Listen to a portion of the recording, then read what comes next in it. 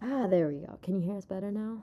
I always forget they can't hear us in space. I know, me too. Their species is so young, they haven't evolved to the same hearing level as us. Oh, you're probably wondering what we're talking about, aren't you?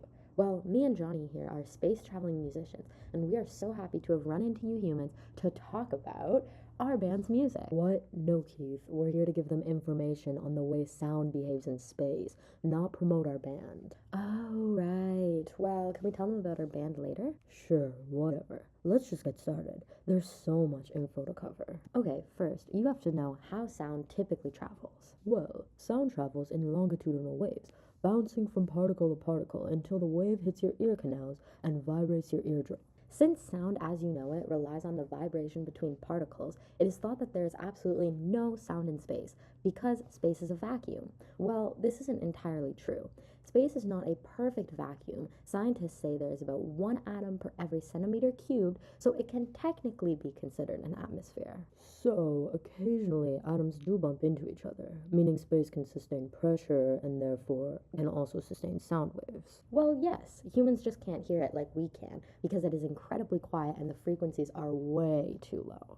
The speed of sound is affected by the atmosphere's compound, temperature, and pressure. Certain gases absorb sound differently. For example, CO2 absorbs higher frequencies. Then typically higher temperatures equal lower frequencies and lower pressures equal longer wavelengths and therefore lower frequencies as well. Ah, right. You'd notice this change when you hit the anacoustic zone. This is the point in your atmosphere where the highest frequency that can be heard is lower than the lowest a human could hear. Right. Well, I guess now is a good time to promote our band.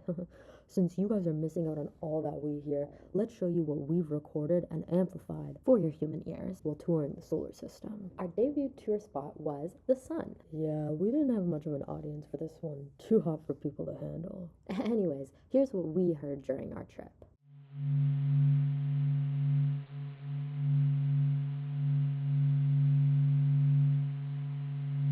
So these sounds were recorded, then sped up 42,000 times the recorded rate, also that you could get a chance to hear them. Cool, right? Well, more like hot since we're listening to the sun. Moving on, we stopped at Venus. Oh, Venus was so cool. Since the atmosphere is so thick here and full of carbon dioxide, sound travels slow and the pitch of our voices lowered and got muffled. Here's some footage of our live performance on Earth and then on Venus.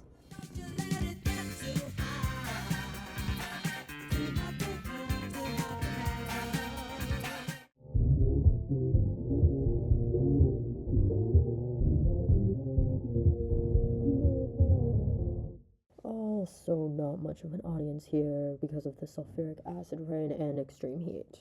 Well then, next stop, Mars. So not much changes on Mars, so you humans could hear relatively similarly to the way you do on Earth. Mars has a thin atmosphere, but furthermore is very cold, so sound travels slower there and would be relatively quiet for you to hear. You may also notice you won't be able to hear higher frequencies due to the mostly carbon dioxide atmosphere absorbing these frequencies, like we mentioned before. Here, we ran some tests between different sounds that you would hear on Earth versus what they would sound like in Mars. Here's the comparison.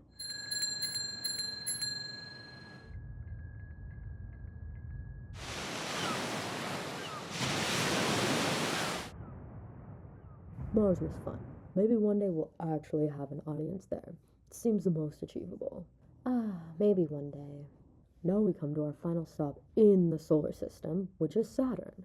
So this was tricky for us. When we first got to the ring planet, we noticed plasma waves traveling between Saturn and its moon, Enceladus. Then, with this information, we converted those waves into an audible recording that you can listen to. Check this out.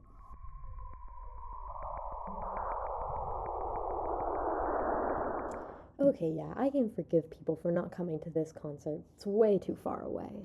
Now, drum roll. For the final stop, we're traveling to a black hole. What? No, we're not. I know we're capable of hearing, seeing, and withstanding practically everything in this universe, but black holes, we'd get sucked in and turned into a long piece of alien spaghetti. I guess you're right. We better not. But for your curiosity, we did make you a little something. Black holes actually create pressure waves that push outward, creating ripples in the hot gases, and this can be reflected into a note. These notes are 57 to 58 octaves below middle C, so inaudible to you humans. We resynthesized them and then brought them up to a frequency that you can hear back to around middle C. This specific sonification is from the black hole Perseus.